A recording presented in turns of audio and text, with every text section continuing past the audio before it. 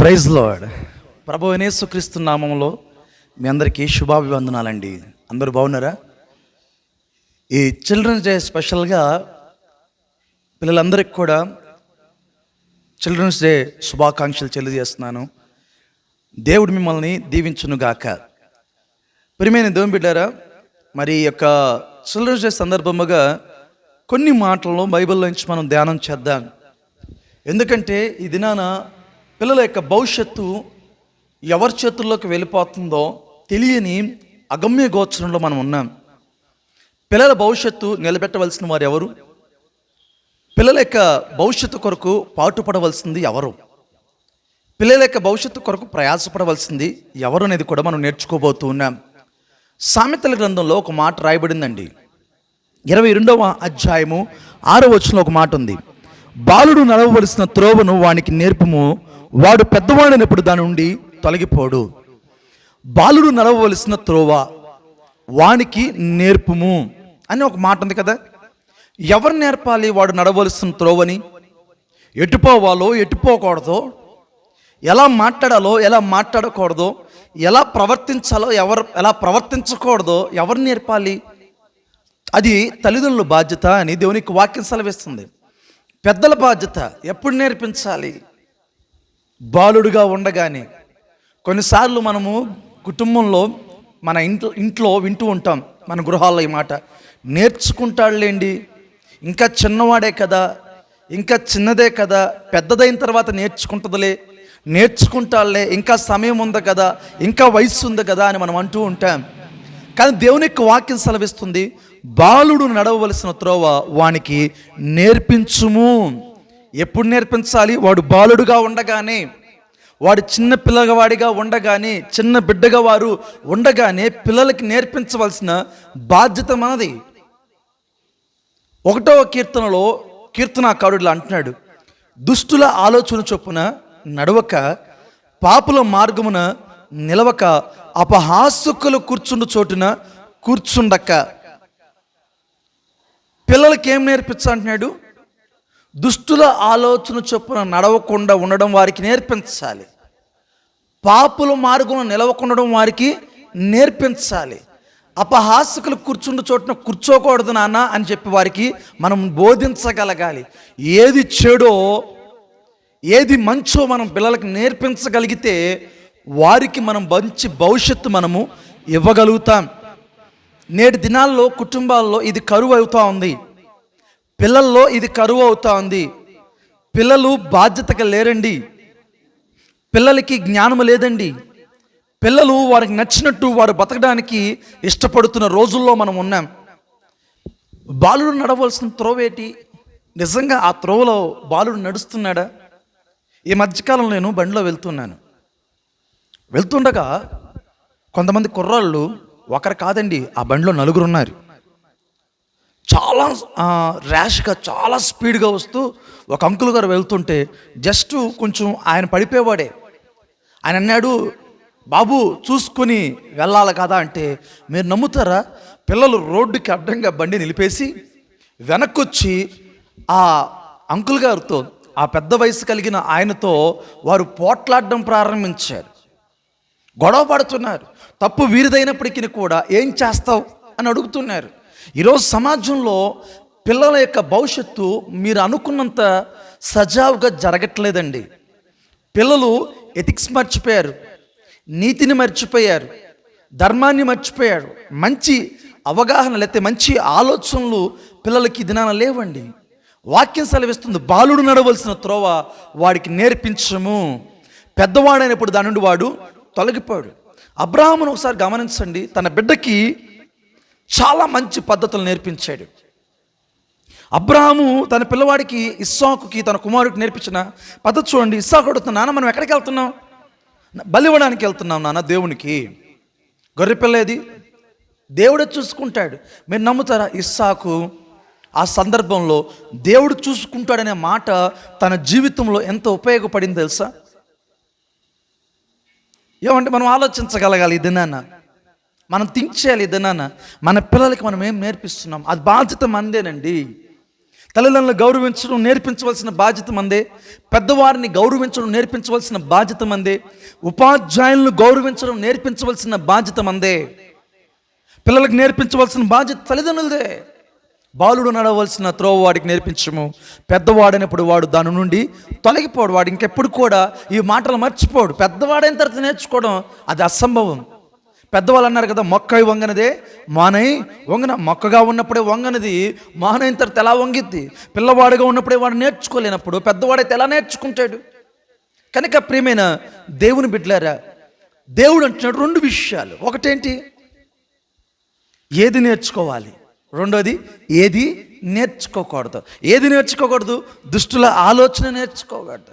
పాపుల మార్గంలో వారు నిలవకూడదు. అపహాసకులు కూర్చున్న చోటున వారు కూర్చుండకుండా మన పిల్లల్ని జాగ్రత్త చూసుకోవాలి.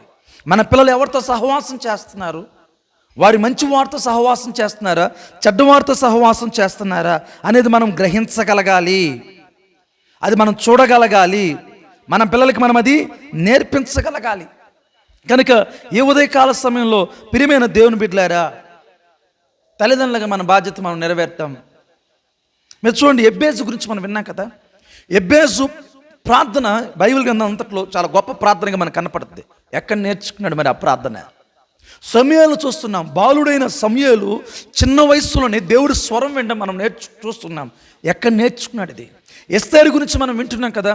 మొర్దెకై తన పినతండ్రి, ఎస్తేరు తల్లిదండ్రులు చిన్నప్పుడే చనిపోయారు. తన పినతండ్రి దగ్గర పెరిగింది. వాళ్ళ బాబాయ్ గారు ఎంతో చక్కగా తనని పెంచిన విధానం చూస్తున్నాం. ఎస్తేరు రాణి అవడానికి ముందుగా వీరందరూ కూడా స్వయంవరంకి వెళ్తారు రాజు ఎన్నుకోవడానికి. అప్పుడు ఎస్తేరు యొక్క జీవితం చూడండి, తగుమాత్రం అలంకారం కలిగి వెళ్ళిద్ది. చాలా నేచురల్గా, తగ్గింపుతో, ఎక్కడ కూడా ఆడంబరం లేదు. చాలా ఒదిగిన స్థితిని మనం చూస్తున్నాం. దయచేసి తల్లిదండ్రులారా, మన పిల్లలకి ఒదిగి ఉండడం మనం నేర్పిద్దాం. తగ్గింపు మనము నేర్పిద్దాం. ఎథిక్స్ మనం నేర్పిద్దామండి. మంచి మార్గం ఏదో మనం పిల్లలకి మనము బోధించగలగాలి. అందుకే ఎస్తేరు అందరిలో కంటే ఆమె రాణి అవడానికి దేవుడు ఆమెను ఎన్నుకోవడానికి ఇష్టపడ్డాడు. కనుక ఈ ఉదయకాల సమయంలో ఈ చిల్డ్రన్స్ డే సందర్భంగా తల్లిదండ్రులుగా మన బాధ్యత ఏంటి? ఏమండి, తల్లిదండ్రులుగా మన బాధ్యత ఏంటి? బాలుడు నడవలసిన త్రోవానికి నేర్పించాలి, మంచి నేర్పించాలి, మంచి బోధ నేర్పించాలి. మన దగ్గర డబ్బు ఉండవచ్చు, మన దగ్గర ఆస్తి ఉండవచ్చు, మన దగ్గర ఆస్తిపాస్తులు అన్నీ ఉండవచ్చు. అయినప్పటికీ కూడా పిల్లలకి మీరు నేర్పించాల్సిన, మనం బాగా డబ్బులు ఉండే వాళ్ళము, మనం సంపన్నులము, మనం రిచ్ పీపుల్ నేర్పించమాకండి దయచేసి. అది వారిలో చెడు ఆలోచన తీసుకొస్తుంది. తగ్గింపు నేర్పించండి, ఒదిగి ఉండడం నేర్పించండి, బాధ్యత నేర్పించండి. బైబిల్ గ్రంథం తప్పిపోయిన కుమారుడు గురించి మనం వినుంటాం కదా. ఆ తప్పిపోయిన కుమారుడు జీవితంలో మీరు ఎప్పుడైనా గమనించండి, తండ్రికి వ్యతిరేకంగా, తండ్రితో గొడవపడి తిరుగుబాటు చేసి తన ఆస్తిని తీసుకెళ్ళిపోతాడు. ఏదో చేసేద్దాము, ఏదో సంపాదించేద్దాము, ఏదో వచ్చేసిద్దని. కానీ వాడు తండ్రికి దూరంగా వెళ్ళిన తర్వాత సమస్తాన్ని పోగొట్టుకుంటాడు. దుర్వ్యసనాలకు, దురలవాట్లకు బానిసైపోతాడు. చివరికి ఆహారం కూడా లేక పందులు కాయడానికి వచ్చి ఆ పందులు తినే పొట్టు తినడానికి కూడా తను సాహసం చేస్తాడండి. అప్పుడు గుర్తొచ్చాడు, ఎవరు తెలుసా? తండ్రి. ఇదేనా చాలామంది పిల్లలు అలా రాగలిగితే సంతోషమే, కానీ చాలామంది పిల్లలు అలా రావట్లేదండి. చాలా కుటుంబాల్లో పిల్లలు తల్లిదండ్రులు కన్నీరే మిగులుస్తున్నారు, చెడు స్నేహాల వెంబడి వెళ్ళి, చెడు ఆలోచన వెంబడి వెళ్ళి. కనుక దయచేసి తల్లిదండ్రులారా, ఒక బాధ్యత తీసుకుందాం.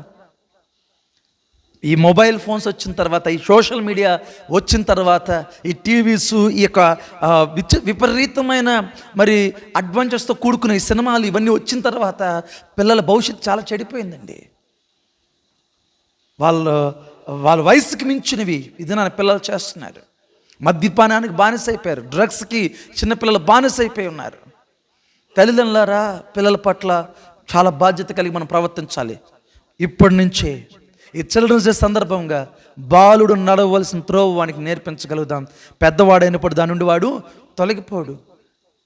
బైబిల్ ప్రకారం నేను ఒక మాట చెప్పనా, పిల్లలకి బాధ్యత నేర్పించండి చిన్నప్పటి నుంచే. పనిచేయడం నేర్పించండి చిన్నప్పటి నుంచే. ప్రార్థించడం నేర్పించండి చిన్నప్పటి నుంచే. పెద్దల పట్ల గౌరవం నేర్పించండి చిన్నప్పటి నుంచే. వారు బాలుడుగా ఉండగానే ఇవన్నీ మనం నేర్పించగలగాలి. బైబిల్ సెలవిస్తున్నమాట, యెహోవా ధర్మశాస్త్రమందు ఆనందించు దివారాత్రులు దాన్ని ధ్యానించేవాడు ధన్యుడు. పిల్లలకు వాక్యం నేర్పించండి. ఆ వాక్యం ఏం చేస్తుంది సార్, ఒకానొక సందర్భంలో పిల్లల జీవితాలను భద్రపరిచి గట్టిగా పట్టుకున్నప్పుడు వారు ఎటు పోలేరండి. పాపం వైపు వారు మొగ్గు చూపరు, వ్యసనాల వైపు వారు మొగ్గు చూపరు, చెడు ఆలోచనల వైపు మొగ్గు చూపరండి. తిన్నని మార్గంలో వారు నడవడానికి ఇష్టపడతారు. కనుక ఈ చిల్డ్రన్స్ డే సందర్భముగా తల్లిదండ్రులారా, ఇది మన బాధ్యత. ఏమంట, ఇది మన బాధ్యత. బాలుడు నడవలసిన త్రోవవాడికి నేర్పించుడి, పెద్దవాడినప్పుడు దాని నుండి వాడు తొలగిపోడు. సామెతల గ్రంథం 20వ అధ్యాయము 11వ వచనంలో ఒక మాట ఉంది, బాలుడు సహితము తన నడవడి శుద్ధమైనదో కాదో, యథార్థమైనదో కాదో తన చేష్ట వల్ల తెలియచేయను. వాడు ఖచ్చితంగా తెలియజేస్తాడు. వాడు నడవడికి ఎలా ఉందో మనం తెలుసుకో అంటే, అది శుద్ధమైందో యథార్థమైందో తెలుసుకుంటే వాళ్ళ చేష్టల వలన, వాళ్ళ ప్రవక్తన వలన, వారి మాట తీరు వలన, వారి చూపుల వలన, వారి హావభావాల వలన, వారు వేసుకుంటున్న వస్త్రధారం వలన, వారు చేస్తున్న స్నేహితుల యొక్క సహవాసం వలన నీ పిల్లలు శుద్ధంగా ఉన్నారో, యథార్థంగా ఉన్నారో, నీతి మార్గంలో సన్మార్గంలో నడుస్తున్నారో లేదో తెలుసుకోవచ్చని దేవుని యొక్క వాక్యం సెలవిస్తూ ఉంది. జాగ్రత్త తల్లిదండ్రులారా, బాలుడు నడవలసిన త్రోవ వాడికి నేర్పము, పెద్దవాడినప్పుడు దాని నుండి వాడు తొలగిపోడు. మీరు ఖచ్చితంగా ఒకరోజు చెప్పగలరు. మీరు ఇప్పుడు నేర్పించగలిగితే మీ బిడ్డల బట్టి మీరు సంతోషపడగలరు. ఇప్పుడు నేర్పించగలిగితే మీ బిడ్డల బట్టి మీరు ఆనందించగలరు. ఇప్పుడు నేర్పించకపోతే మాత్రం ఒకానొక రోజున బహు దుఃఖమే మనకి మిగిలిద్దండి. ఈరోజు చాలామంది కుటుంబాల్లో ఇటువంటి దుఃఖమే ఉందండి. బిడ్డలను పోగొట్టుకొని చాలా చిన్న వయస్సులోనే పిల్లలు విచ్చలవిడితనానికి అలవాటైపోయి వారి భవిష్యత్తు నాశనం చేసుకొని, వారు నాశనం చేసుకోవడం మాత్రమే కాదు, వారి తనువును చిన్న వయసు కానీ ఇంకా వయసు ఉండగానే వారి తనువును చాలించుకుని వెళ్ళిపోయిన వారు ఎంతోమంది ఉన్నారండి. వారిని బట్టి ఆ కుటుంబాల్లో చాలా వేదన, చాలా దుఃఖం ఉంది.